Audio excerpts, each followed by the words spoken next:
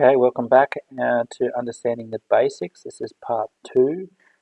Today we're going to learn how to cut holes and add things to existing shapes. Okay, so I'm pretty much picking up where I left off. We have a cube, we have a cylinder. We made these in the last video. Okay, so the cool thing about Onshape is that not only can we draw things draw things on a plane, on a 2D plane, and then stretch them into a third dimension, we can also draw on the planes of existing faces. So you'll notice if I hover my mouse over the different sides of these rectangles, of the cube, it does light up. Each one of those planes is an area which I can draw and essentially cut or mold the shape into whatever I want it to be. Now you can similarly do this with the cylinder as well, but it is limited to flat surfaces. So I can draw, for example, on the top of this cylinder, but I can't draw on the side of it because that is a rounded surface. Okay, so any flat surface can be drawn on. Essentially, it's got to be a 2D surface to draw on it. So let's go ahead and do that.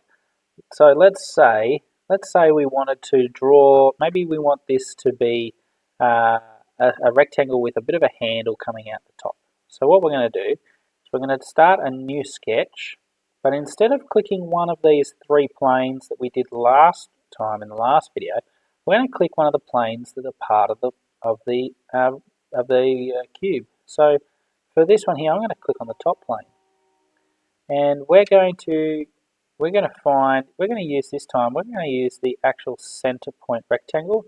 So this rectangle is a rectangle that you draw out from the center of the rectangle to the corner.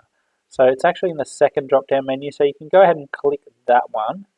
And we're actually going to find the center of this cube. Now I'm actually going to arrange my screen this time. Last time I didn't do this, but this time I'm going to arrange my screen so I'm looking straight on the top angle of the cube here. Okay, you'll notice again it's got sketch 3 around the area that I'm drawing on. Now the interesting and cool thing about Onshape is it will also mark the center of every line that it's drawn. Okay, so if I am to put my cursor over this line, for example, you'll notice it lights up yellow. If I drag my cursor moving along the line and trying to find the center, you'll see when I get to the center, I get this box pop up. Okay, so I can actually draw something now from that point. Okay, but I can actually move my cursor downwards as well, and notice this dotted line. This dotted line is exactly perpendicular with that center point of that edge there. So if I find the middle of that edge and then I draw a line downwards, you can see if I follow carefully downwards, you can move a little bit side to side, but if you move too much side to side, you lose it. I can move all the way down and it's going to come all the way to the other side. Okay. Now if I was to do that and then actually do it on this edge as well, find the middle of this line, move across to the center, you'll notice it lines up with the last one that I did as well. So essentially I've just moved it to that center, and I move it to another center, and then I draw down and you'll notice it snaps onto that other center there. So that is actually the center point of our cube. So I can actually click down now from that center point, and you'll notice it gives those little circles just here and here, little circles from those marking points. So it's essentially using those points as a point of reference for this rectangle. Okay, so I'm going to make my rectangle now, and I'm going to decide, okay, I don't really know how big I want it just yet. I'm just going to click randomly at here, but the size that I'm going to want to make it, I'm going to make it a 20 enter by 20 enter rectangle. Okay, so I've made a square, as 20 by 20. If I move to that view that we were looking at before, you can see it's drawn on the top edge of that rectangle, of that cube. Okay, all right, now I've actually still got this center points rectangle tool selected, but what I want to actually do, say for example you forgot to put one of these measurements on. Say for example you clicked and you clicked again. Let's do another one now where I've clicked and I clicked again and then maybe I hit escape or I went to a different tool or something like that. Now this cube doesn't have a strict measurement to it. You can tell that because it's blue. If it has a strict measurement to it, it's black. Okay, that's why this one here, where you can see it has the 20 with the line showing how long it is, it's a black cube all the way around, whereas here with a blue cube, this is kind of an undefined measurement. We know it's moving out from the center point just like the other one was, but we don't know how big it is exactly. There's no measurement put on it. Okay, what I can actually do is go to my measuring tool here.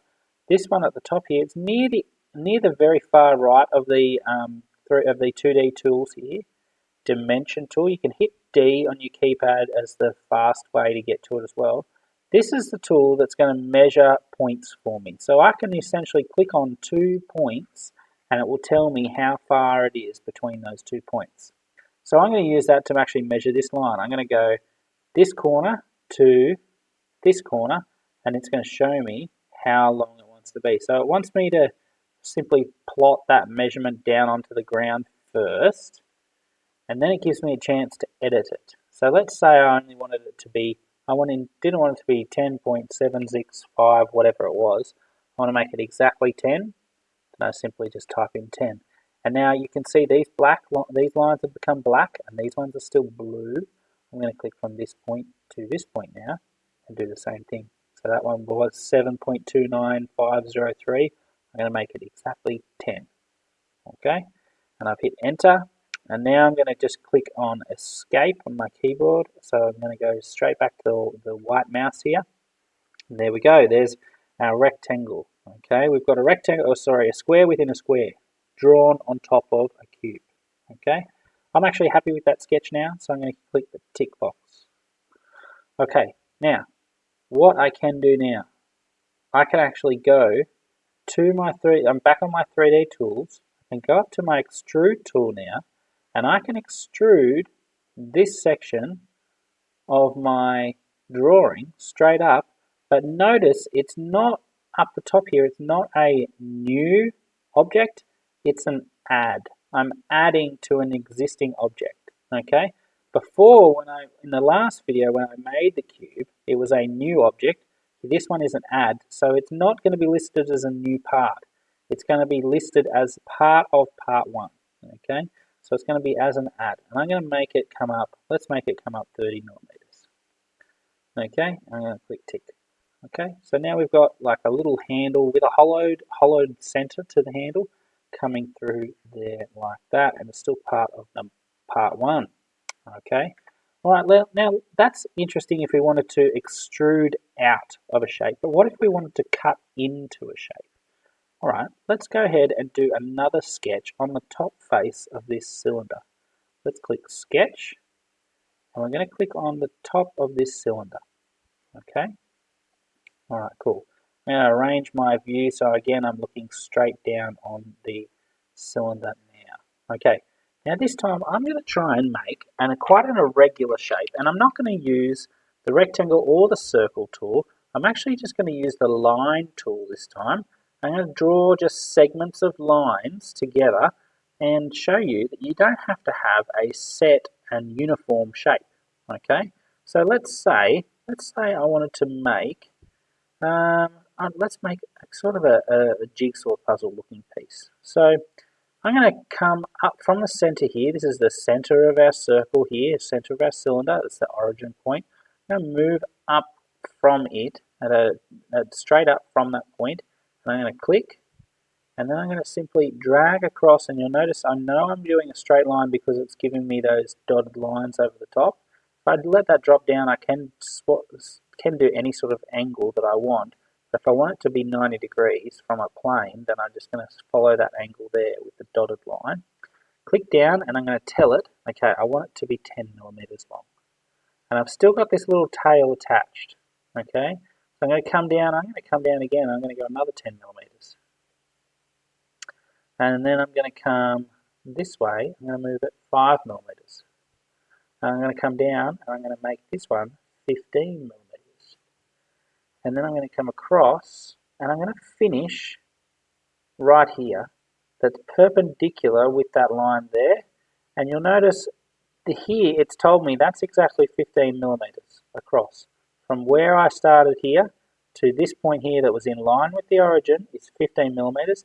I don't want to change that size, so instead of typing right now, I'm not going to type, I'm just going to hit escape.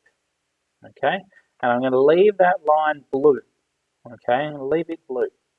Now, I've got this shape drawn on here, but it's not a complete shape. It's not a complete it's an open-ended shape is what I'm trying to say. So I need to close this point and this point off. So I'm going to actually do that with a curve. I'm going to go over here to the 3-point arc. Now there are a few different types of arcs, but I'm just going to use the simple 3-point one for now. And I'm going to click on this point here, and I'm going to click on the opposite point where I want to finish, and then I'm going to decide how much of an arc I want it to be.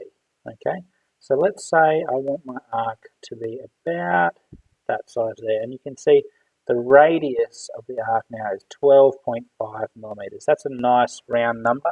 I think I'm going to leave it like that. So instead of changing that measurement, I'm just going to hit escape and leave that measurement as it is. Okay, so now I've got this sort of odd, irregular type shape, and I've used that line tool and the arc tool to create that. But I'm happy with that shape now, so I'm going to click tick. And I'm going to go back to my original view just here.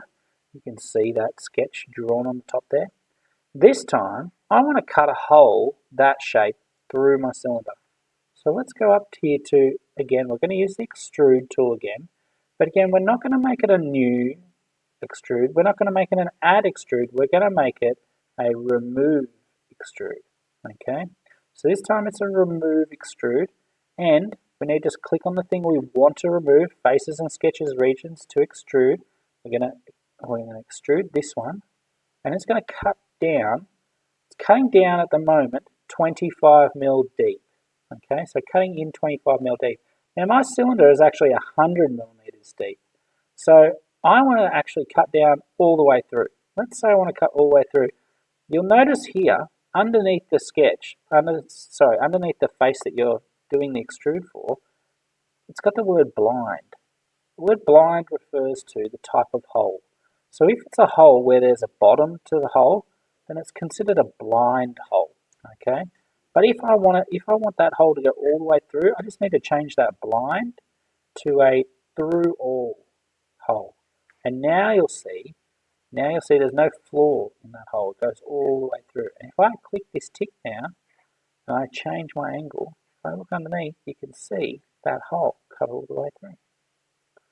Okay, so in this tutorial, we've learned how to add to an existing object. We've learned how to draw a sketch on a plane of an object, and we've also learned how to cut a hole or do a remove through an object. Okay, and that's all we've got for basics number 2. Thanks for watching, guys.